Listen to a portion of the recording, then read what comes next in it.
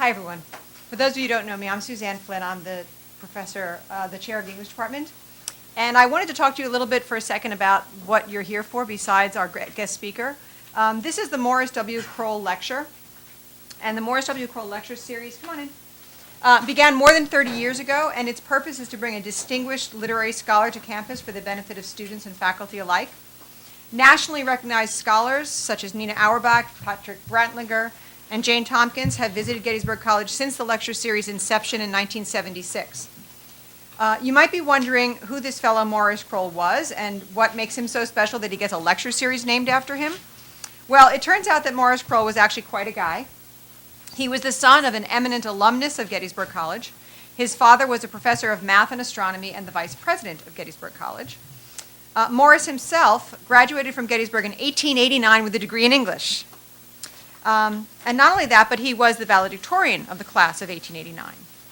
And not only that, but he was 17 when he graduated as the valedictorian of the class of 1889. He went on to get a master's degree from Harvard and a PhD from the University of Pennsylvania, and he became a very highly respected professor at Princeton University. He was a scholar of 17th century literature and the history of prose style. So he really was quite a fellow.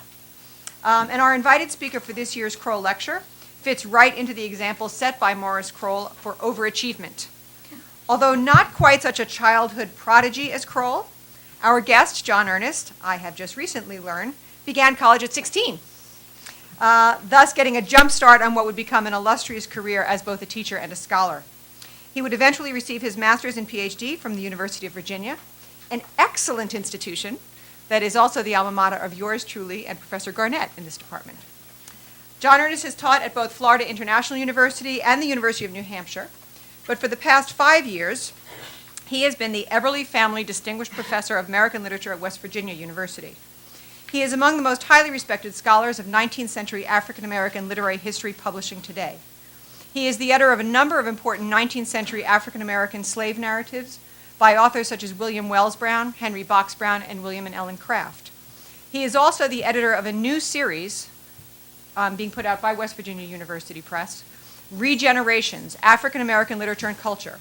This new series is devoted to reprinting editions of important African American texts that have either fallen out of print or have failed to receive the attention they deserve.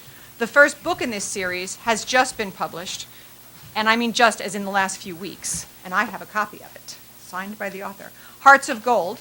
It's a novel by a late 19th century African American novelist named J. McHenry Jones. He is also the author of several books examining the place of African American literature within the larger story of 19th century American history. His books include Resistance and Reformation in 19th Century African American Literature, which was published in 1995, and Liberation Historiography, African American Writers and the Challenge of History, which was published in 2004. His most recent book was published just this past October, Chaotic Justice, Rethinking African American Literary History.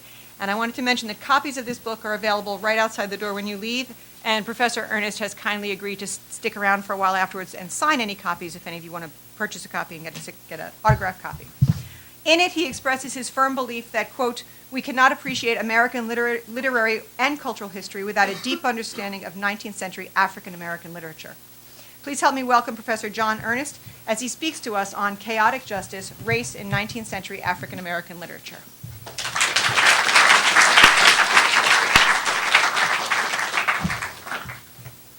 Thank you. Thank you all for coming out today. First, I just want to say I'm grateful to Suzanne Flynn for setting this up and for being a good friend through so many years.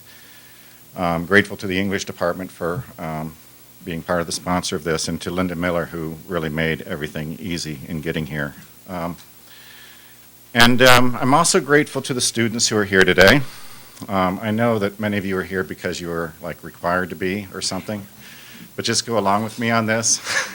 I'm grateful anyway that you are here, and I'm grateful to my own students who led me here. And I sometimes don't know whether students realize just how important they are, so I just want to pause on that. And my students have been an ongoing source of inspiration through the years. They've taught me a great deal, and in some ways, I'm kind of here to report on what I've learned. Fortunately, this isn't an oral exam, but I'm still, a lot of what I write about comes out of my interactions with my students. Specifically, though, I'm here today to talk about 19th century African American literature, and I'm here to talk about what I call chaotic justice. And I want to tell you at the outset that this is likely to get a little complicated. There are two parts of this concept. The first involves the use of chaos theory to try to understand the complex process of U.S. racial history. And the second involves my belief that social justice includes, even requires, just readings of literature. So the first then is kind of a radical claim, the use of chaos theory to talk about race. And the second might seem like a kind of naive claim that reading literature has anything to do with social justice or anything to do with anything that is all in any way important. Both concepts, chaotic race and literary justice, might simply sound a little crazy, so I hope you're willing to bear with me, but my basic claim is quite simply that literature really does matter and that it's important to get this right. So let's see where this takes us.